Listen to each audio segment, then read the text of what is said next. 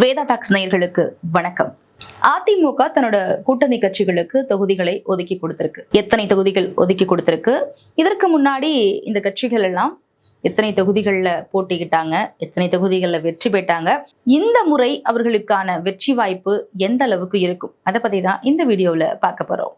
அதிமுகவானது பாஜக, பாமக, தமுக, அமமுக இப்படிப்பட்ட கட்சிகளோடு கூட்டணி அமைத்திருக்கு. இந்த கூட்டணிகளுக்கு எத்தனை தொகுதிகள் கொடுப்பது என்பதே ஒரு பெரிய தலைவலியாவே இருந்துச்சு அப்படின்னு சொல்லலாம். அந்த தொகுதி பங்கீடு குறித்து பலரும் பலவிதமாக பேசினாங்க. அதிமுக இந்த கட்சிக்கு இத்தனை தொகுதி கொடுக்கும், இந்த கட்சிகள் இத்தனை தொகுதிகளை அதிமுக கேட்டு நிறுக்கிறாங்க, இந்த மாதிரியான பல விஷயங்கள் வந்துட்டு இருந்துச்சு. அதே மாதிரி டெல்லிக்கும் போயிட்டு வந்தாங்க எல்லாருமே. ஸோ இந்த தொகுதி பங்கீடு அப்படிங்கிறது ஒரு மிகப்பெரிய ஒரு பிரச்சனையாகத்தான் பார்க்கப்பட்டு வந்துச்சு. ஆனா இப்போ அதிமுக, பாஜக, பாமக, அமமுக இந்த மூன்று கட்சிகளுக்கும் தொகுதிகளை கொடுத்து அதற்கான கையெழுத்தை ஒப்பந்தம் போட்டிருக்காங்க. இப்ப பாஜகவுக்கு எத்தனை தொகுதிகள் கொடுத்திருக்காங்கன்னா 27 தொகுதிகள் கொடுத்திருக்காங்க. பாமகவுக்கு 18 தொகுதிகள் கொடுத்திருக்காங்க.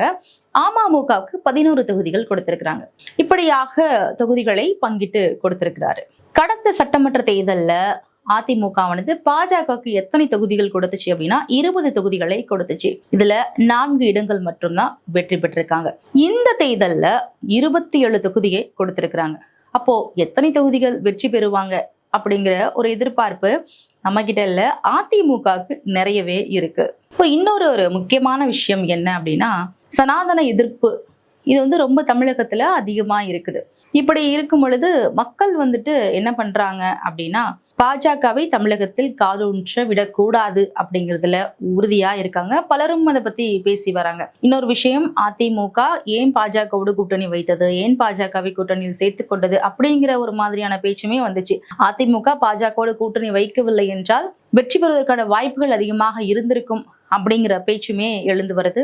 ஆனா இப்ப பாஜகவுக்கு 27 தொகுதிகளை அதிமுக கொடுத்திருக்கிறது. எந்தெந்த தொகுதிகளில் பாஜக போட்டியிடுதோ அந்த தொகுதியில் அதிமுகவை வைத்து பாஜக வெல்லுமா, இல்ல பாஜக அங்க போட்டியிடுது அப்படின்னு மக்கள் நிராகரிப்பார்களா அப்படிங்கறத நம்ம தேர்தல் வரைக்கும் பொறுத்திருந்து பார்ப்போம். அடுத்தது அமமுகவுக்கு 11 தொகுதிகள் கொடுத்திருக்காங்க. இதுக்கு முன்னாடி அமமுக தனித்து போட்டியிட்டது, அதாவது தேமுதிக, எஸ்டிபிஐ கட்சி இந்த மாதிரி கட்சிகளோட கூட்டணி வைத்து போட்டியிட்டது. அப்போது அதிமுகவோடு கூட்டணி இல்லை. அமமுக கிட்டத்தட்ட 165 இடங்களில் போட்டியிட்டது. அதில் எந்த தொகுதியிலும் வெற்றி பெறவில்லை.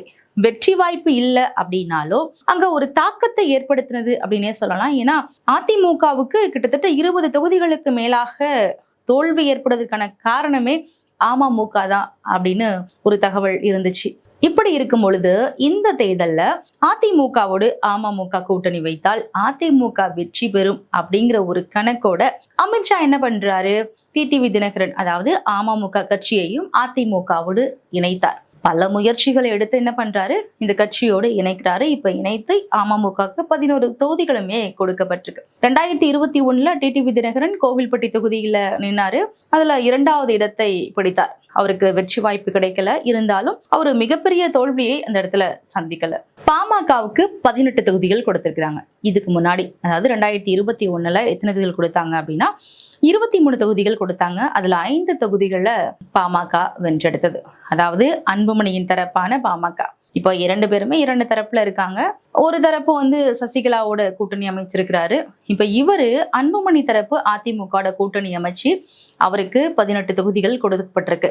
இதற்கு முன்னாடி 23 தொகுதிகள் கொடுக்கப்பட்டது. அந்த தொகுதியில 5 தொகுதியை வென்றெடுத்தாரு. இந்த வெற்றியானது அவரது சமூகத்தை சார்ந்த ஒரு வெற்றியாகவே கருதப்பட்டு வருகிறது. இப்படியாக அதிமுகவானது வர சட்டமன்ற தேர்தலை சந்திக்க இருக்கிறது.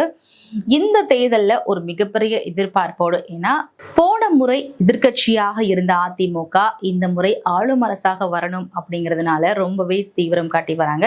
பல கட்சிகளை ஒன்றிணைத்து என்ன பிரச்சனை இருந்தாலும் சரி, இதெல்லாம் பங்காளி சண்டைங்க அப்படி இப்படின்னு பூசி மொழிவி ஒரே கூட்டணிக்குள்ள வந்திருக்கிறாங்க. அது மட்டும் இல்லாம தாவேகாவையும் கூட்டணிக்குள்ள அழைச்சாங்க. ஆனா அங்க ஈடுபடுற மாதிரி தெரியல. அதிமுக எப்படியாவது இந்த முறை ஆட்சியை பிடிச்சிருன்னு களத்துல இறங்கி வேலை செஞ்சுட்டு வராங்க. இந்த தேர்தல்ல யார் ஆட்சி அமைக்க போறது? ஏற்கனவே ஆண்டு கொண்டிருக்கிற அரசா இல்ல எதிர்கட்சியான அதிமுக அரசா அப்படிங்கறத கமெண்ட்ஸ்ல சொல்லுங்க.